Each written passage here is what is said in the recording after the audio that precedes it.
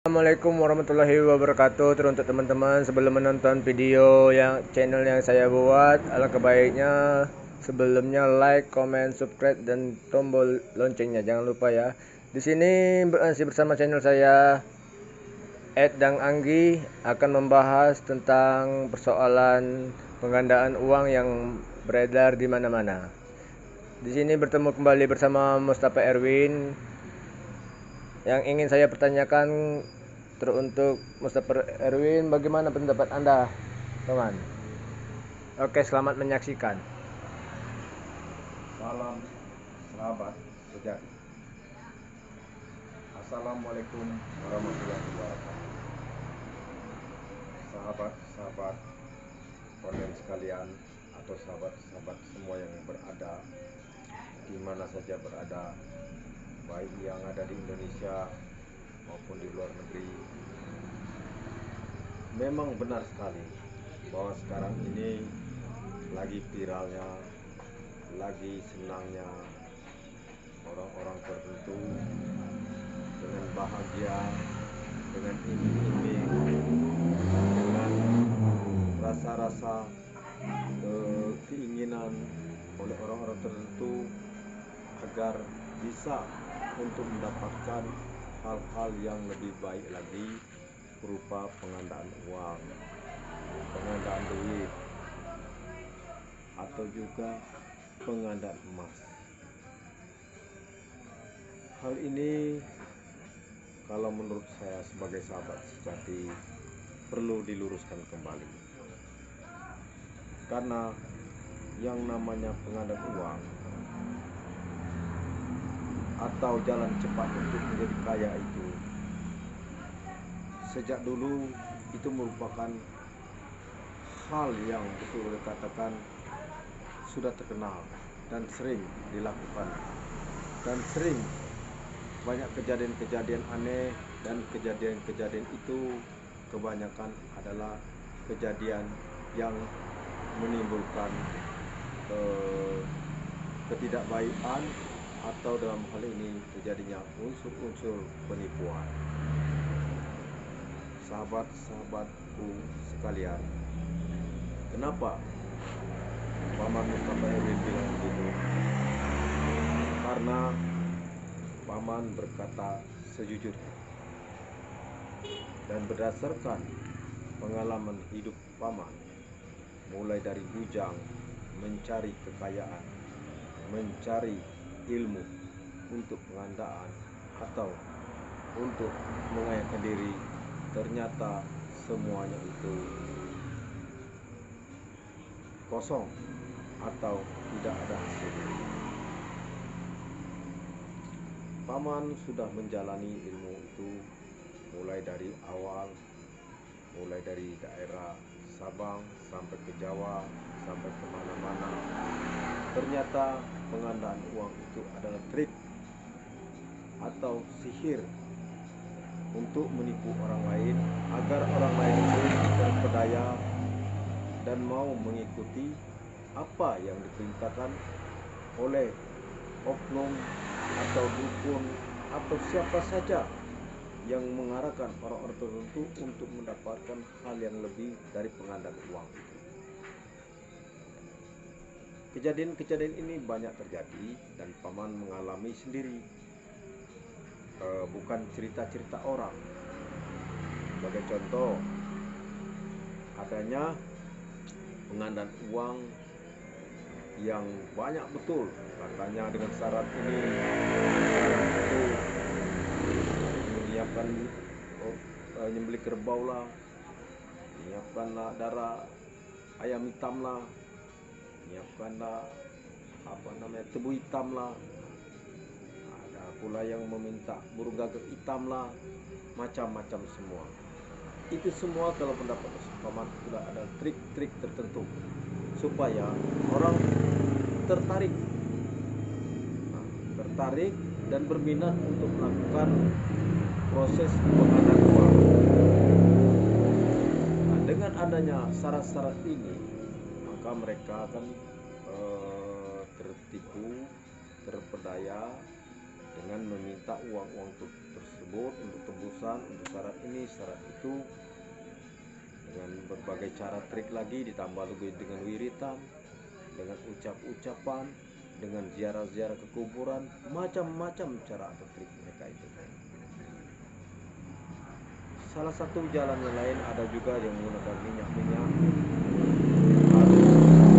apel gajah lah,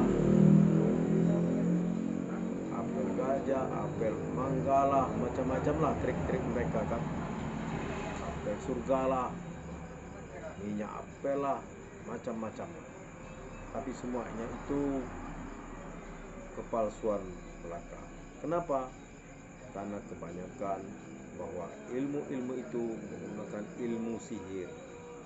Jadi kita itu oleh para dukun-dukun atau para ahli-ahli itu, kita dibuatnya dengan ilmu sihirnya atau ilmu gendamnya, seakan-akan penglihatan kita itu benar-benar terjadi bahwa itu uang, padahal itu bukan, hanya tipu-tipu mata aja.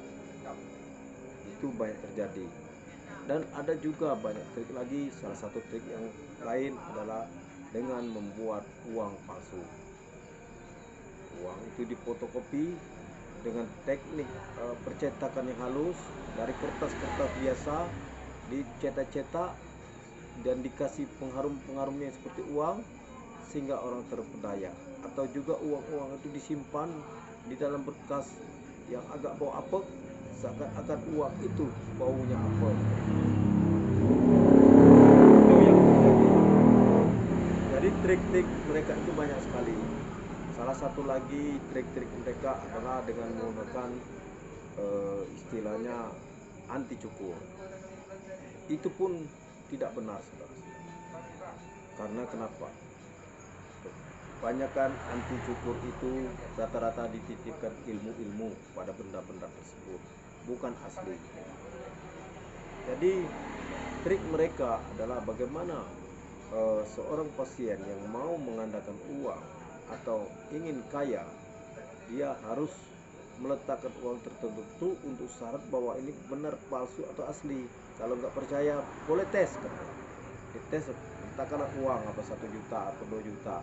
Ya memang ilmunya lebih tinggi, dititipkan ke benda itu, ke rantai babi katanya, ke merah ada 5 katanya. Ya, kalau orang di bawah tingkatan ilmu itu, maka orang tersebut akan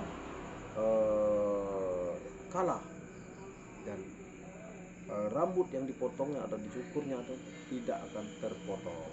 Itu kalau berdasarkan ilmunya. Ada juga menggunakan trik.